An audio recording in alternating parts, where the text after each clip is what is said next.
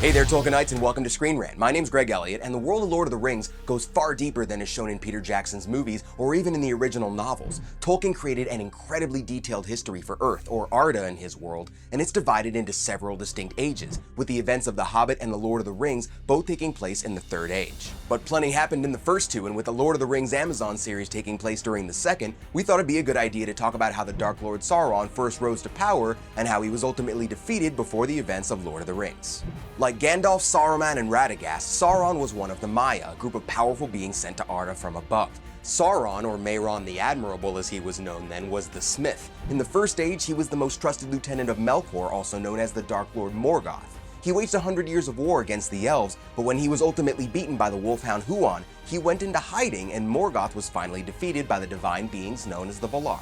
Sauron was okay with playing the long game though, and after lying dormant for 500 years, he established a base in Mordor, began building his armies, and started constructing the Tower of Barad-dur.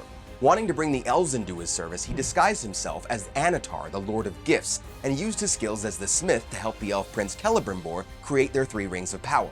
So the elves had 3 rings, the dwarves had 7, and men had 9, 19 in total. But Sauron secretly forged a master ring that would allow him to control those who used the others. But thankfully, not all of the elves were fooled by Sauron, think Elrond and Galadriel, and when Sauron put on the ring, the elves knew what was up and moved the rings out of his reach. This, of course, led to a century of war between Mordor and the elves, in which Sauron nearly conquered all of Middle-earth before finally being defeated at the Battle of the Gwath-Lo.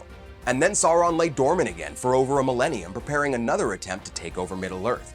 The Númenóreans, a powerful, noble race of men separate from those of Middle-earth, confronted Sauron as he started gaining power, and knowing that he couldn't beat them, he allowed himself to be taken prisoner. But why would he do that? Well, because Sauron knew that men are dumb and corruptible. He slowly manipulated his way into power there, and within 50 years turned the island of Númenor into a community of Morgoth worshippers, with himself as the high priest of the land.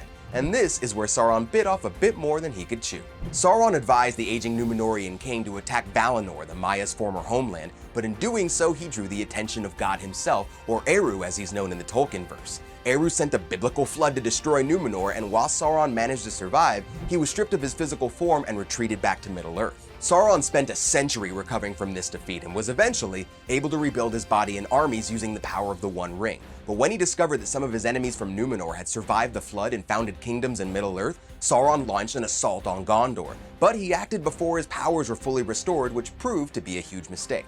What Sauron didn't realize, though, is that when he was off in Númenor, the elves had been preparing for his eventual return. Elendil, Gondor's king, had forged a partnership with Gil-galad, the king of the elves, which came to be known as the last alliance of elves and men. Sauron waged war against men and the elves for 11 years, the culmination of which is shown at the start of the Fellowship of the Ring. Both King Elendil and Gil-galad were killed, but Elendil's son Isildur took his father's broken sword and cut the ring off Sauron's hand, sending him back to spirit form once again. As we know, Isildur became enthralled by the ring and refused to destroy it, which allowed Sauron to survive in ethereal form once again until he could gather enough strength to return, as is told in Lord of the Rings. So there you have it, the rise and fall of Sauron in the Second Age. There is so much more detail out there that I couldn't possibly cover it all in a short video, but I hope this at least gave you a small insight to the Dark Lord's past. We've got more info all over the site, so read up and stay in the loop. I'm Greg Elliott with Screen Rant. Farewell, and may the stars shine upon your faces.